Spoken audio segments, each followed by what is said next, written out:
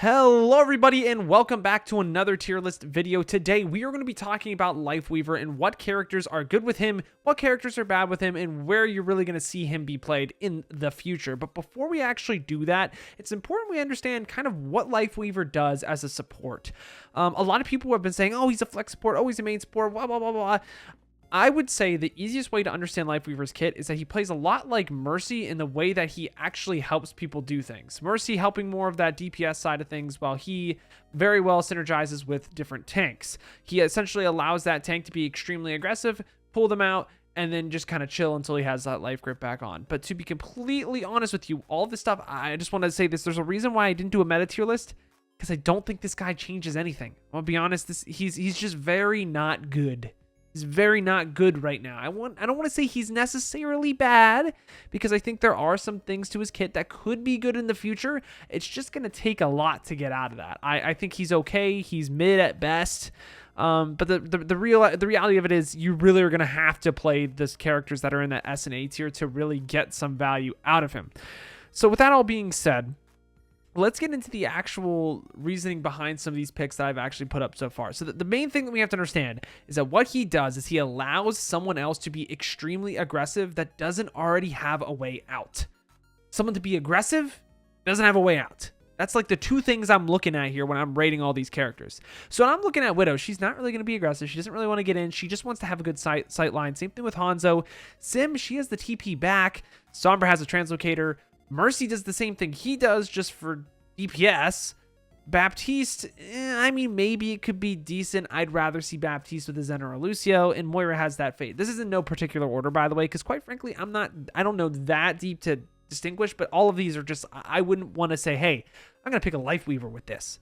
The C tier, I kind of said, like, okay, maybe he could be decent if the Cassie wants to flank. You want to put him on like a lily pad high ground thing. That's cool. I wouldn't pick a Lifeweaver just to do that, because I can just do that with a Mei wall, which is arguably better considering she's used in that Brawl composition anyways.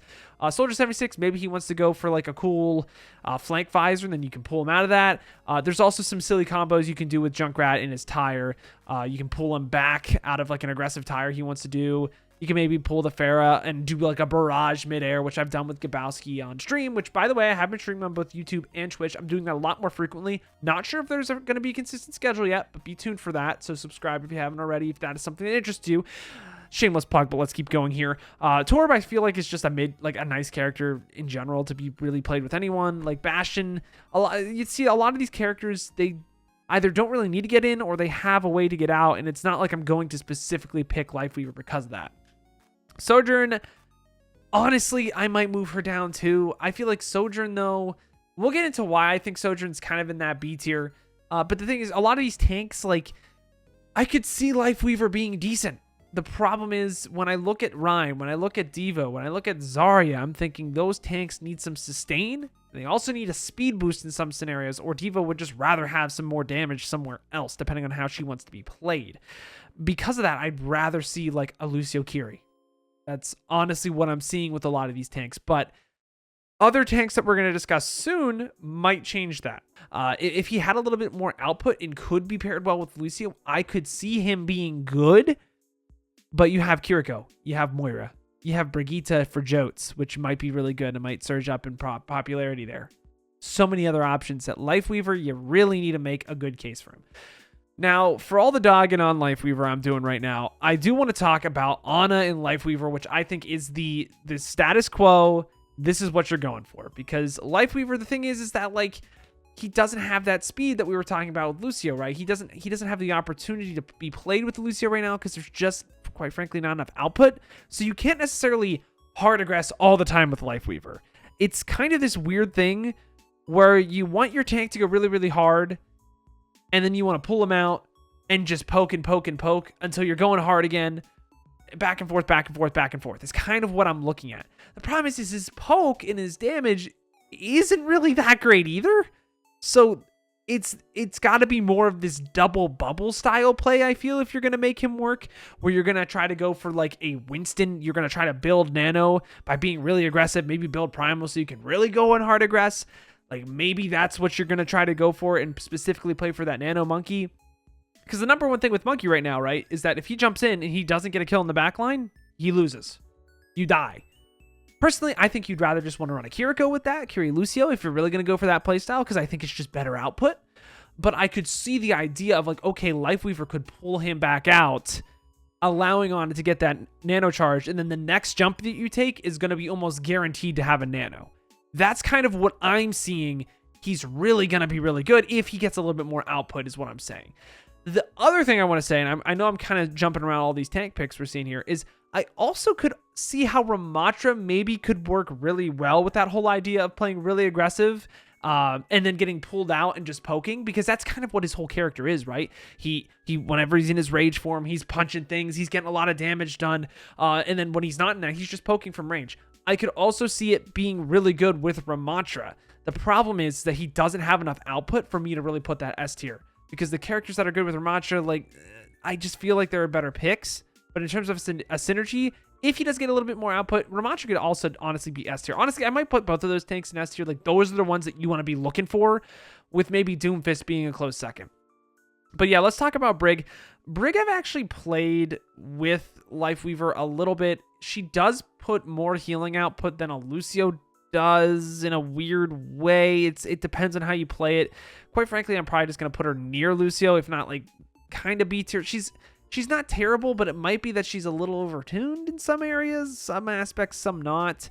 The thing is, I had some success with that in some higher level games as opposed to the Lucio variant, just because Lucio is going to be trying to speed people in a little bit more. Doomfist, I think, might be pretty good with Lifeweaver. I don't think it's as good as Monkey, because he functions better when people are all in with him. But I don't think it's bad necessarily. I think that Lifeweaver grip, he can just be really, really aggressive, try to really go in for that pick, maybe even slam and try to kill someone with the ultimate, and then you pull him out. It gets a little bit more value than some of the other tanks that we're going to be looking at. Now, here's the weird thing. I don't think Echo is necessarily good with Lifeweaver, right? In terms of what he wants to do, at least in the current iteration of him. The thing is, you also have to understand, what does Lifeweaver do? What does he help other people do? He's helping this monkey try to jump in, get out, and go back and forth. I'm looking at DPS that are good at doing both of those things. Both being very good at being really aggressive, and also being good at just poking at range. And that's why I'm thinking Echo, in terms of maybe I want to run like an Echo Genji, or Echo Ashe I'd rather see a Zen there or a Mercy. It's really hard for me to say exactly what DPS would really be paired well with the Lifeweaver, but this would make the most sense to me. Something that, the Lifeweaver has 65 burst heal in a duel could also help an Echo really well. Like, that is a good, solid heal for an Echo when she's taking a 1v1. I feel like she very much complements the Lifeweaver's playstyle, and that's also why I think I've been seeing a lot of Contenders players playing Echo, because maybe you could make something work once Lifeweaver gets buffed, because she does so well with that back and forth playstyle alongside the monkey. Now, Genji, this might be a little bit of a hot take. I'm going to be real with you guys, but I think Genji's really good with Lifeweaver, because the whole idea is that he needs to get his dash reset. When he gets his dash reset, he can just be more and more aggressive. By allowing Genji to dash in and be really risky and try to get that pick to dash out, by allowing him to do that with the get out of jail free card of the life grip, it's really nice when you're playing Genji, right? And also alongside that, if you're going to be playing to get Nano, when you're playing that aggressively with Genji, you can also get Nano Blade faster. Again, that is a stretch. I'm going to be completely honest with you. But when I'm looking at all these other characters, I'm like, what else are you really going to make work with Lifeweaver right now? I don't know. This makes the most sense to me. Also, when you're taking those duels, a 65 burst heal every second, 2 seconds, I don't know exactly what it is quite yet. That kind of healing is really helpful when you're taking a duel as Genji or any of these dive characters, especially when you don't necessarily have a way out. So Junker Queen, I really want her to be good with Lifeweaver, and I just cannot put her any higher than where all of these other tanks are. I think there's actually a lot of really cool combos you can do. For example, your Junker Queen can just do her ultimate straight in a line, and now you can pull her back, and you can just initiate your front to back brawl if you wanted to from the start, from the rip, just by pulling her back. That's an option. And she doesn't need necessarily a whole lot of healing, because she does a lot herself. So Lifeweaver doesn't necessarily need to make up for that. The reality of the situation is that Brig is just a better alternative right now in those compositions, because her ultimate is so good, and the way that her healing works is so good with what Junker Queen wants to do. I don't think it's bad to play Lifeweaver with Junker Queen. I just think there's a better support option. But that's not necessarily what we're arguing. We're arguing where he's going to fit in with different characters. So, Reaper, it's another one that I'd rather just see a Kiriko or a Moira. But I could also see Brig being played with him. I feel like he's one of those weird situations where he could be B tier, he could be C tier. Quite frankly, it doesn't make a whole lot of difference. Kiriko, I'm going to put next to Brigitte because I don't think it's bad. I think just the reason why it's not bad right now is because Kiriko's just still overtuned. Like she still has not been touched. I do not get it. We're touching every other character but Kiriko, and she is a big problem in the game. She does have a way out. So it's not like it necessarily synergizes well, but it will work better than, say, like a Moira, Bap, or a Mercy. Personally, that's what I've seen so far. Arisa's another one. Like, she doesn't necessarily have a way out. It's not like it hinders you. She does have a little bit more of a poking element where she can do damage and waits to be aggressive again. But it's not good enough to be better than any of these other tanks. It's better than, say, like maybe Wrecking Ball, that has that way out. Like, you don't really need to life grip the ball away. Right now, like, the ball just needs someone else to do more damage and follow up on something. That's not really what Lifeweaver does. He helps other people be really aggressive and push a little harder. Ball already has all the utility he needs for that. So it's not as bad as Wrecking Ball, but it's not great either.